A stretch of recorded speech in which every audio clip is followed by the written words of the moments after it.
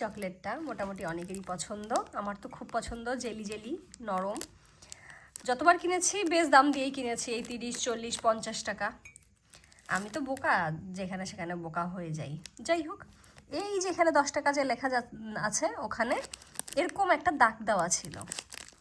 আমি আবার কেন জানি হঠাৎ করে একটু দামটা খোঁজার চেষ্টা করে দেখি, এখানে এমআরপি লেখা, পাশে হচ্ছে ব্ল্যাক কালার করা।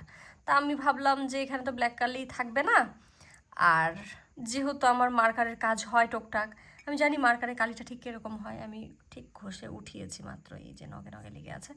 দেখি এটার দাম 10 টাকা। আচ্ছা, দেন এখানে দেখি এরকম তো এই যে এরকম ইয়েলোর মধ্যে একটু ঝিকঝাক ঝিকঝাক করা থাকে, এরকমও থাকে, এখানেও এমআরপিটাই লেখা থাকে। এখানেও দেখি 10 টাকা।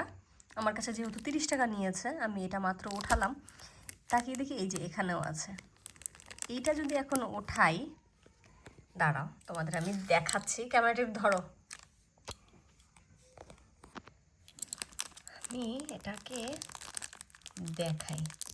আমার কি উচিত মানে সেই দোকানে গিয়ে বলা যে আমার থেকে মানে নিয়েছে, সেটা কোনো কথা নয়, ঠিক আছে 20 টাকাই বেশি নিয়েছে, কিন্তু এমআরপি থেকে কতটা বেশিতে বিক্রি করছে।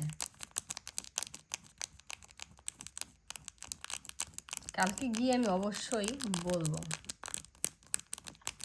যে এখানে আছে 10 টাকা, আপনারা এখানে মার্কার দিয়ে বিক্রি করছেন 20 টাকায়, এই যে 10 টাকা। সেরা কিন্তু না? কালকে গিয়ে আমি অবশ্যই দেখাবো।